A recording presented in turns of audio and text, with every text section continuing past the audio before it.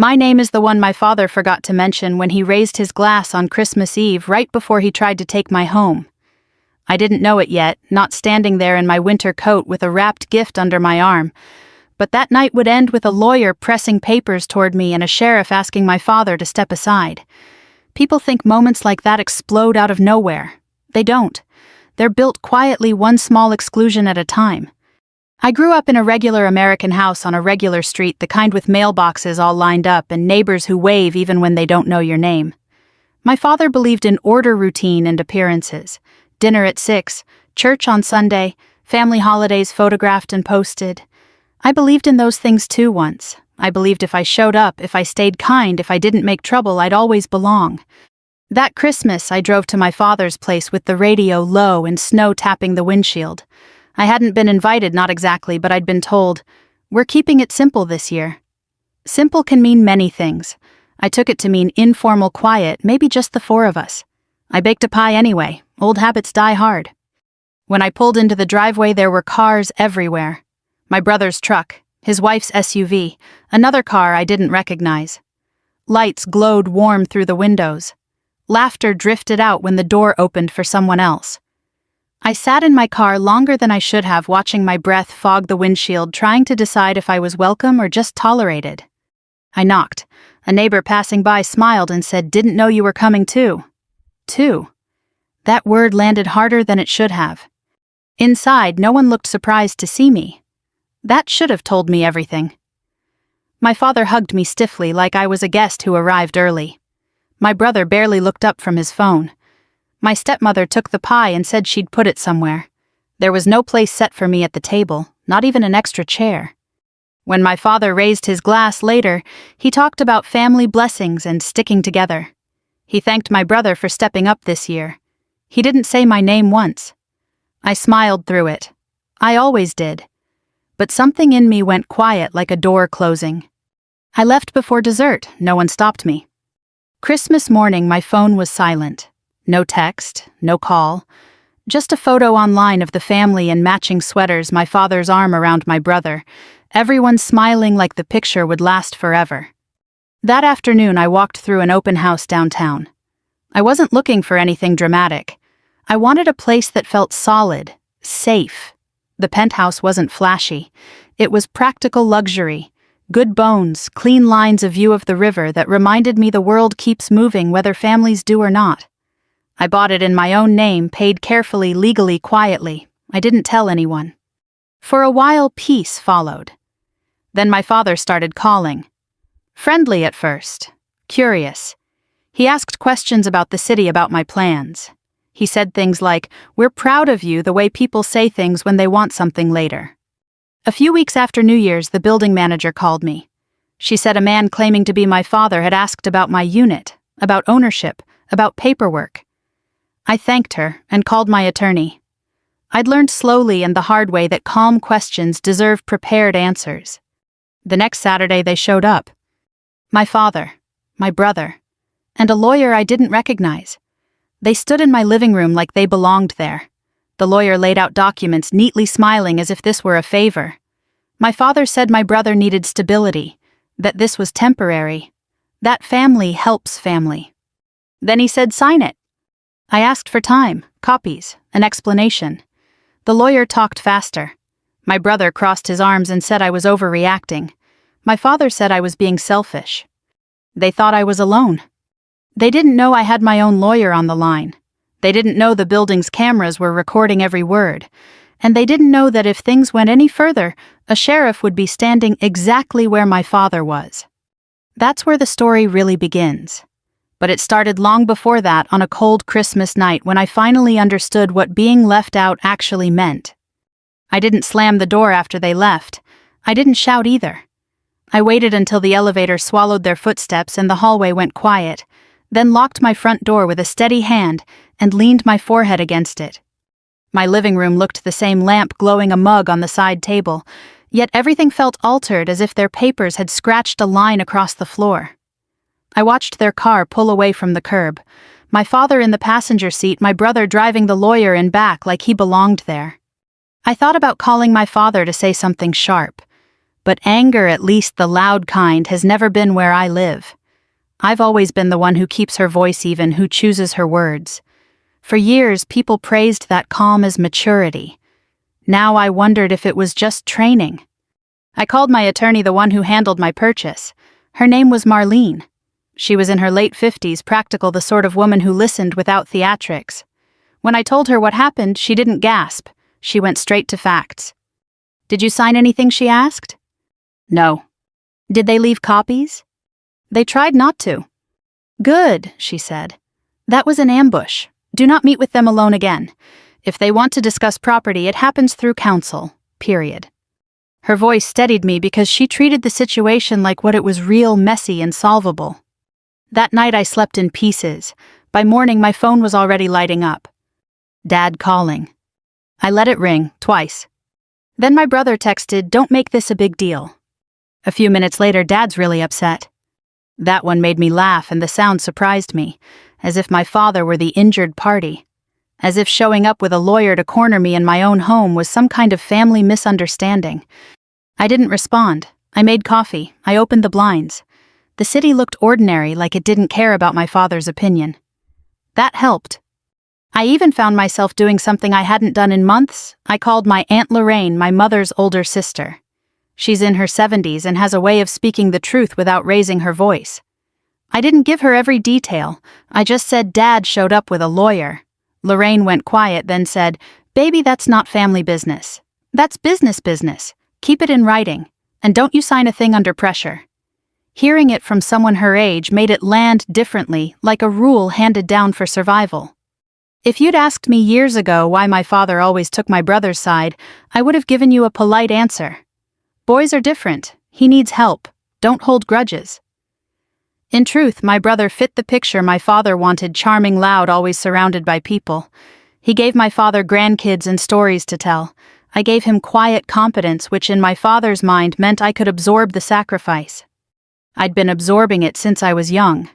When my brother struggled, my father called it a rough patch. When I struggled, my father called it life. When my brother asked, my father moved money, made calls, smoothed roads. When I asked for anything: time, attention, fairness, I was told to be understanding. I used to mistake that for strength. Around noon, Marlene emailed me a short, firm letter, polite on the surface, steel underneath. It stated that I was the sole owner of my penthouse. It directed all communication about my property to her office. It warned that any further attempts to pressure me into transferring ownership could be treated as harassment and potential fraud. Nothing dramatic, just clear. I forwarded it to my father with one line: "Please respect this." 5 minutes later, he called again. This time I answered. Not because I wanted an argument, but because I wanted to hear what he sounded like when he realized he couldn't bully me quietly. "Why are you doing this?" he started, as if I'd attacked him. "Why are you involving lawyers? We're family." "You came to my home with a lawyer," I said. "You tried to force me to sign papers." "That's not what happened," he snapped. "We were trying to talk like adults. Your brother needs help." "I'm not signing anything." Silence. Then his voice softened the way it used to when I was a teenager, and he wanted me to agree without arguing. "Honey, it's temporary. He'll make the payments, just until he gets back on his feet."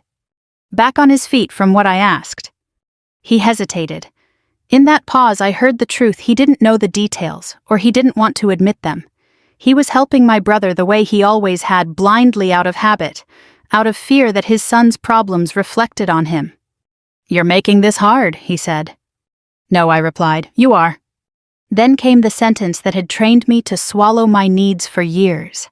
"After everything I've done for you." I didn't bite. "If you want to talk, you can talk to Marlene." He hung up. I sat there, phone in my hand, noticing something strange. My hands weren't shaking. That was new. Maybe boundaries are like muscles, you don't feel them until you start using them. That evening, I called my building manager and asked her to flag anyone asking about my unit. I also asked her to preserve the lobby camera footage from the day my father came.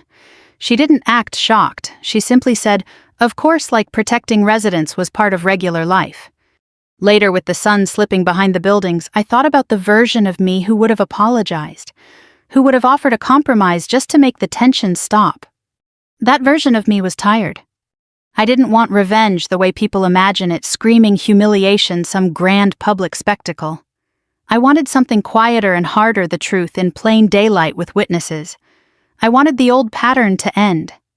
And if my father insisted on dragging my home into his story, then I would write the next chapter with new rules. They didn't wait long before trying again. 3 days after Marlene's letter went out, my father emailed me from his old account, the one he used when he wanted things to feel personal. He wrote that he was hurt, confused, and disappointed that I'd escalated matters. He said lawyers had no place in family conversations. He said we should meet and talk face-to-face, no pressure, no paperwork, just coffee like adults. If this story had been written 10 years earlier, I might have agreed. I might have believed the word coffee meant calm. Experience had taught me otherwise. I forwarded the email to Marlene. She replied with one line, "If you meet, I attend." I told my father yes under conditions, neutral location, business hours, my attorney present. He agreed too quickly. That should have warned me. The meeting was set for Friday morning at a small conference room near my building, a space Marlene often used for closings and mediations. It had a long table-framed prints on the wall and a glass door that made everything visible from the hall. Nothing about it felt intimate. That was the point. I arrived early. Marlene was already there, arranging her legal pad, calm as a metronome. She asked me again if I felt pressured or unsafe. I told her no, but I didn't feel respected either. She nodded. Then we document. At 10 on the dot, the door opened. My father walked in first, jaw-set, coat still on like he planned to leave quickly. My brother followed, eyes scanning the room. Behind them was the same lawyer from my living room, dark suit, practiced smile, holding a thin folder like a prop he expected to use. So much for just coffee. Marlene didn't rise. She didn't frown. She simply said, "Good morning. Please have a seat." Her voice held no invitation to misbehave. My father glanced at me, then at Marlene. "I didn't know she'd be here," he said. "She's my counsel," I replied. "You brought yours." The lawyer sat smoothing his tie. "We're hoping to resolve this amicably," he said, already opening the folder. Marlene raised one finger. "Before you proceed," she said evenly, "we need to clarify the purpose of this meeting." The lawyer smiled wider. "To finalize a family arrangement." My brother leaned back, arms crossed. "It's simple," he said. "We just need her signature." There it was again, just... Marlene turned to me. "Do you consent to discussing any transfer of ownership today?" "No," I said. My voice didn't wobble. "I don't." The lawyer paused, then continued anyway, sliding papers toward me as if repetition could wear me down. "This would allow your brother temporary use of the property. You'd remain involved." "That is not accurate," Marlene said. She flipped one page, then another. "This document assigns beneficial interest and grants authority to encumber the asset. That is not temporary." My father's face darkened. "You're twisting words." "No," Marlene said. "I'm reading them." The room felt smaller then. My brother started talking faster, explaining his situation, how he was in a bind, how lenders were circling, how he needed something solid to stabilize things. He said it was only fair. He said I didn't need the place. He said Dad had always intended things to be shared. I watched my father while my brother spoke. He stared at the table, jaw tight, as if the truth embarrassed him. When my brother finished, Dad looked up at me. "Just sign it," he said quietly. "Don't humiliate us." That word humiliate cut deeper than anger ever had. As if my refusal, my ownership, my existence outside his control was a public shame. "I'm not signing anything," I said. "And you need to leave." The lawyer cleared his throat. "If you don't cooperate, we may have to pursue other remedies." Marlene leaned forward for the first time. "If you threaten my client again," she said calmly, "we will pursue ours." Silence settled heavy and unmistakable. My father stood abruptly. "You've changed," he said to me, not as an observation but an accusation. "No," I replied. "I've stopped pretending." They left soon after, chairs scraping louder than necessary. Through the glass, I watched them argue in the hallway. My brother animated, my father rubbing his temples, the lawyer nodding as if this were all part of the plan. When the door closed, Marlene exhaled. That, she said, was coercion. "What happens now?" I asked. "Now," she said, "we prepare." She explained my options carefully. A cease and desist, a restraining order if needed, documentation of every attempt they'd made to pressure me, preservation of recordings and building footage. And if they returned again without permission, a civil standby from the sheriff's office to keep the peace. I didn't like the sound of that, not because it was wrong, but because it was final. It meant admitting my father wasn't going to stop on his own. That afternoon I sat alone in my penthouse, the city moving steadily below. I thought about how my father used to tell me that independence was admirable as long as it didn't interfere with family plans. I realized something then that felt both sad and relieving. The ambush wasn't a mistake, it was a strategy. And strategies don't end until they fail publicly. If my father wanted papers, witnesses, and authority, I would give him all three on my terms. After that meeting, something settled into place inside me, not anger exactly, but clarity. The kind that arrives when you finally stop asking why and start asking what now. My father wasn't confused. He wasn't misguided. He was committed. And commitment, even when it's wrong, requires a response that's steady and prepared. Marlene called it a pattern review. I called it facing reality. We met again the following Monday. Same conference room. Same calm light through the glass. This time there were no surprises. She laid out a timeline on yellow legal paper, each event written in careful block letters. The Christmas exclusion, the unannounced visit with a lawyer, the attempted sign-over, the pressure, the threats. Seeing it written down made it undeniable. This wasn't family disagreement, it was a campaign. People think documentation is about revenge, Marlene said, tapping the page. It's not, it's about protection. She explained my rights plainly, the way people my parents' age appreciate: no drama, no jargon, ownership, consent, coercion. She explained how easy it is for families to cross lines when money enters the room, especially when one child has always been treated as the backup plan. Then she asked me the question that mattered. If they come back, what do you want to happen? I didn't answer right away. I pictured my father's face the last time I'd seen him, tight with frustration, wounded pride, something brittle beneath it all. I didn't want him arrested. I didn't want a scene in the lobby. I wanted the truth to stand on its own. I want it to stop, I said, cleanly. She nodded. Then we make sure the next interaction is witnessed, recorded, and structured. That's when she laid out the plan. If my father insisted on another meeting, and he would, we'd schedule it. Not at my home, not at a cafe. Somewhere neutral, professional, and visible. There would be notice and agenda and counsel present on both sides. Everything above board. The cameras weren't a trick, they were standard. The building already had them. The conference room had them. All legally maintained, all properly disclosed. Nothing hidden, nothing sneaky. As for the sheriff, Marlene was clear. This isn't about force, it's about boundaries.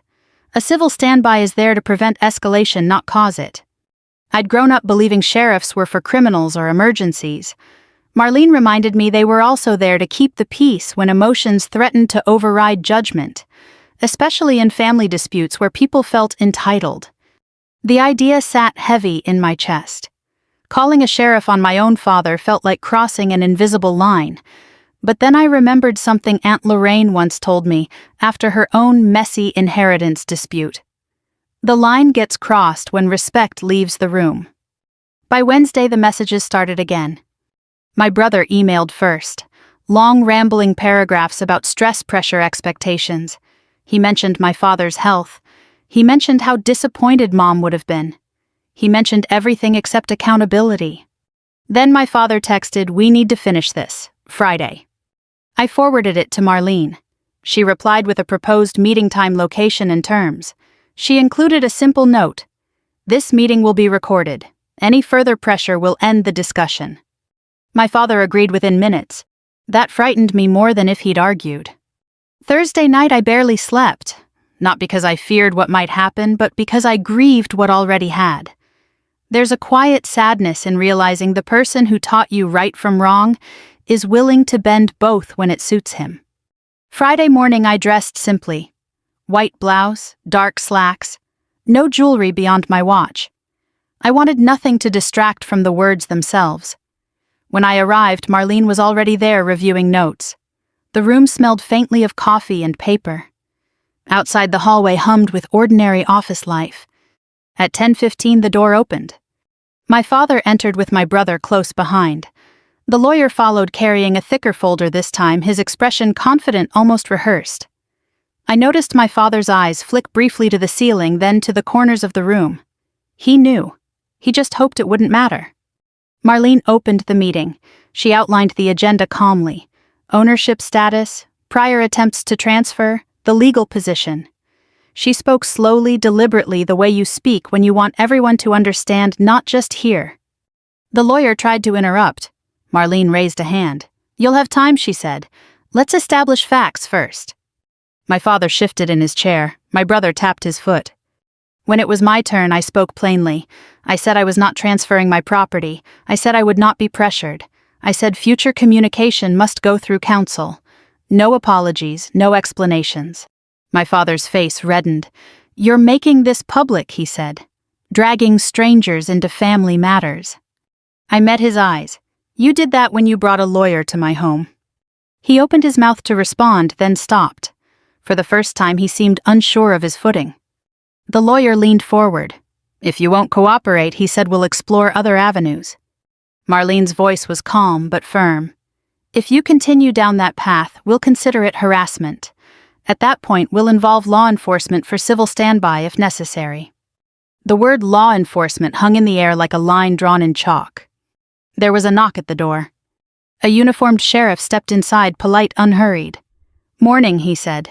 "Just here to observe." No hand on a weapon, no raised voice, just presence.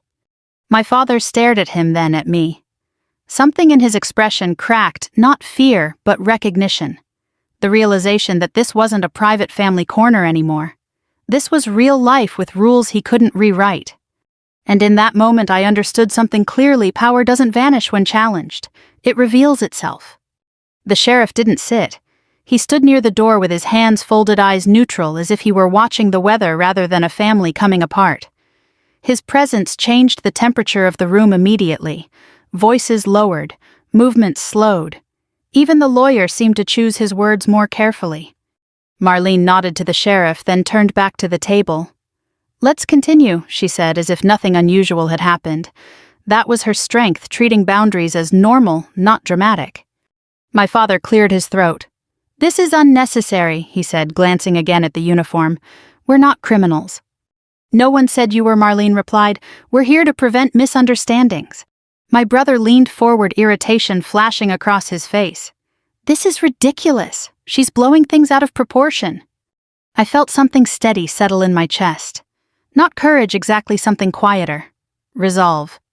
"You came to my home with a lawyer and documents I didn't ask for," I said. "You told me to sign them on the spot." "That's not what happened," my father said sharply. Marlene turned a page on her pad. "According to the building footage and the timeline we've documented," she said, "that is exactly what happened." The lawyer shifted in his seat. "We were attempting a family solution," he said. "Nothing more." Marlene met his eyes. "Then you chose the wrong tools." She slid a copy of the document across the table, not to me, but toward my father. "Do you understand what this paper does?" she asked him directly. My father frowned, scanning it. He looked confused, then defensive. "It gives my son temporary use." "It transfers authority," Marlene said. "It exposes her to your son's debts. It allows liens. It limits her control over her own property. If signed under pressure, it could constitute fraud." My father's face drained of color. "That's not what I was told." My brother snapped his head toward the lawyer. "You said it was fine." The lawyer held up his hands. "It's standard language." "For banks," Marlene replied, "not for families pretending this is casual." The sheriff shifted slightly. "Not threatening, just present," my father noticed. "This was supposed to be simple," he muttered. "It was," I said softly, "until you tried to take something that wasn't yours."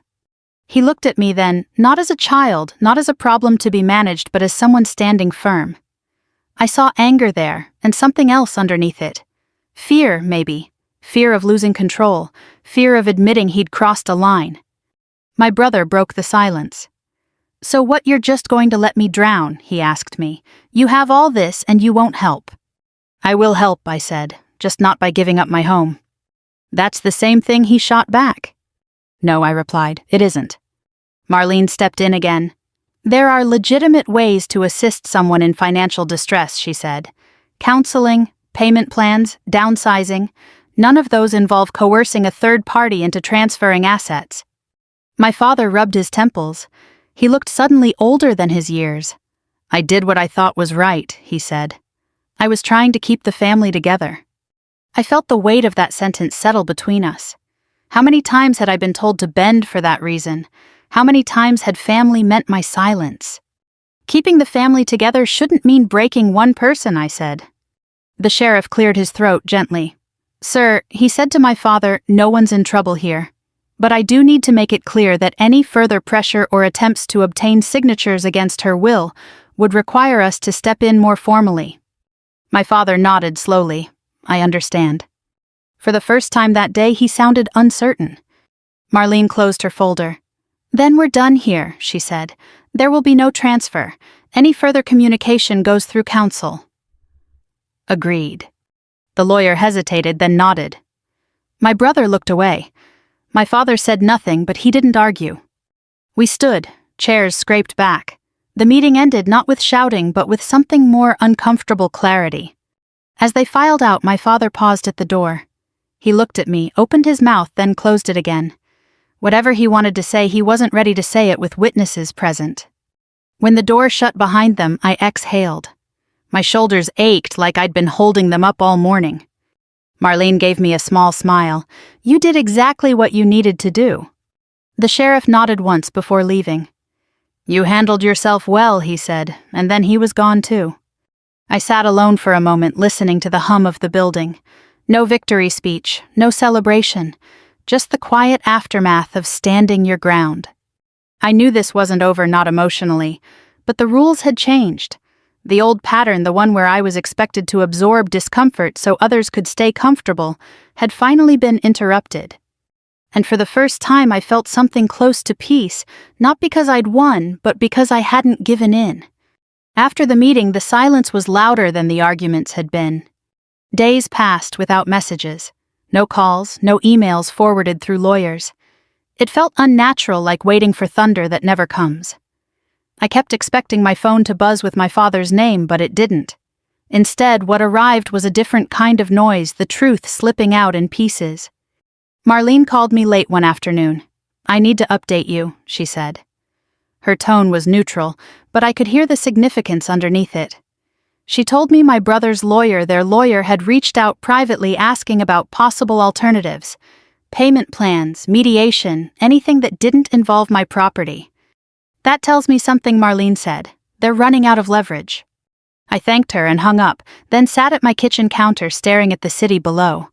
For the first time, I wasn't bracing myself. I was observing. That distance made room for memories I'd avoided. Growing up, my brother and I were never compared out loud. It was subtler than that. When he failed, my father rallied. When I succeeded, my father nodded.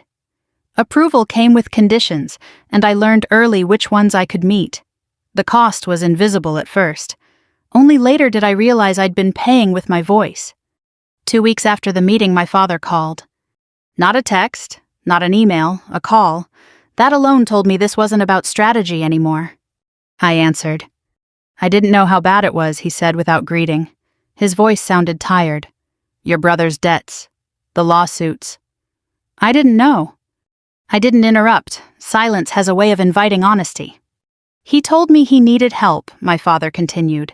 I believed him. I thought if we could just get him something solid, something to calm the waters, it would all straighten out. And you chose my home, I said gently. Yes, he didn't argue it, because you're stable, you always have been. There it was, not malice, assumption. I needed you to be stable too, I said. I needed you to protect me. He sighed. I didn't see it that way. I know. He paused, then said something that surprised me. The lawyer told me afterward what those papers actually meant, about the risk to you. I closed my eyes, and I felt sick, he said, that I almost pushed my daughter into something I didn't understand. That was the moment the story shifted not into forgiveness, not yet, but into truth, the kind that doesn't excuse but explains. He told me more then, about my brother's failed investments, about guarantees he'd signed without reading, about the fear that if he didn't fix it, everything he'd built would collapse. He admitted he'd been ashamed to ask for help, ashamed to admit his son wasn't okay. I thought if I handled it quietly, no one would know, he said. Quietly, I repeated, by forcing me to sign papers. I know, he said, I know. We didn't talk long. He didn't apologize in the way movies script apologies. He didn't cry. He didn't ask me to fix anything. He just said I crossed a line, and for him that was enormous. After we hung up, I sat with the weight of it. Understanding doesn't erase harm, but it does change how you carry it. A few days later, Marlene forwarded me documents my brother's attorney had submitted requests for debt counseling, a proposal to downsize a plan that didn't involve me at all. It wasn't pretty. It wasn't easy. It was responsible. That mattered. My father and I met again weeks later, this time alone at a quiet diner near his house. The kind with vinyl booths and coffee refills you don't have to ask for. No lawyers, no papers, just two people trying to relearn each other. He looked older, not weaker, just stripped of illusion. We talked about small things first: weather, neighbors, how the holidays sneak up faster every year. Then he said I should have invited you to Christmas. I nodded, yes. I didn't know how he admitted. Your brother was already in trouble. I didn't want tension. Tension happens when things are hidden, I said, not when they're shared. He listened, really listened. That was new. I can't undo what I did, he said, but I want to do better. I'm not asking you to choose between us, I said. I'm asking you to treat us fairly. He agreed, not eagerly, thoughtfully, like someone who finally understood the stakes. We didn't hug when we left. That would have been too much too soon. But he touched my shoulder briefly and said my name the way he used to when I was young, without expectation attached. Driving home, I realized something important. Justice doesn't always look like punishment. Sometimes it looks like boundaries held long enough for the truth to surface. I still live in my penthouse. I still pay my bills. I still keep my documents in order. My brother is working through consequences he can't hand off anymore. My father is learning late in life that love isn't proven by control. And me, I learned that being calm doesn't mean being quiet. It means being clear. The next Christmas came quietly.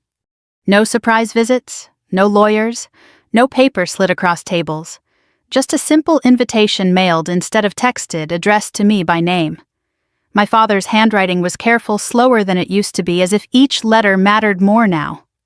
Christmas Eve dinner. We'd really like you there. I held the card longer than I expected. Forgiveness isn't a switch you flip. It's a door you decide whether to open and how wide. I went. I arrived early, as I always had. The house looked the same from the outside, but inside something felt different. Fewer decorations, fewer people, no forced cheer. My father met me at the door and stepped aside, letting me enter first. It was a small thing. It mattered. Dinner was quieter than the years before. My brother wasn't there. That was his choice, I'd been told. He was focusing on getting things straight. I didn't ask questions. Some paths are meant to be walked alone. My father said grace before the meal. He didn't make a speech. He didn't perform gratitude. He simply thanked God for another year and for the people at the table. And this time he said my name. After dinner, we sat with coffee while the snow drifted outside the window. The television played softly in the background, some old movie neither of us was really watching. At one point, my father cleared his throat. "I've been meeting with a counselor," he said, staring into his mug. "For parents, older parents." I looked at him surprised. "They talk about favoritism," he continued, "about how easy it is to confuse helping with control, especially when one child always seems strong." I waited. "They said something that stuck," he said. "That strength isn't permission, it's trust." That landed heavier than any apology could have. "I can't promise I'll always get it right," he said, "but I won't put you in that position again." I believed him not because his words were perfect, but because his behavior had changed. He no longer asked about my finances. He didn't suggest solutions to problems that weren't his to solve. He let silence exist without rushing to fill it. In the months that followed, life returned to its ordinary rhythms. My brother worked through debt repayment with professional help. It was slow, humbling, necessary. My father stopped trying to rescue him with shortcuts. That more than anything told me the lesson had taken root. As for me, I kept living the life I'd built. I hosted friends in my penthouse. I volunteered. I paid attention to my health, my peace, my future. I didn't harden. I didn't gloat. I simply stood where I belonged. People sometimes ask if I regret involving lawyers, if I wish I'd handled it within the family. I tell them this families are healthiest when they respect the same rules as the rest of the world, consent, clarity, and accountability. Especially for those of us raised to believe keeping the peace was our highest duty. If you're listening to this and you recognize yourself, if you've ever been the dependable one, the quiet one, the one expected to give because you can, I want you to hear something clearly. Boundaries are not betrayal. Documentation is not disrespect. Asking for help does not mean you love your family less. It means you love yourself enough to stay whole. And if you're a parent listening, especially one who's lived a long life full of responsibility, know this too: fairness matters at every age. What feels like protection can feel like pressure to the person receiving it. Love grows best where choices are honored. I didn't win anything in a courtroom. I didn't humiliate anyone. I didn't seek revenge. I chose steadiness over silence, clarity over compliance. And in doing so, I gave my family the only real chance it had to change. If this story made you think of someone you love or reminded you of a moment when you should have spoken up, I invite you to sit with that feeling. Share this story if it helps put words to something you've carried quietly. And if you'd like to hear more stories like this, real, grounded, and honest, consider subscribing. Sometimes the strongest thing we can do at any age is say, "This is mine, and this is enough."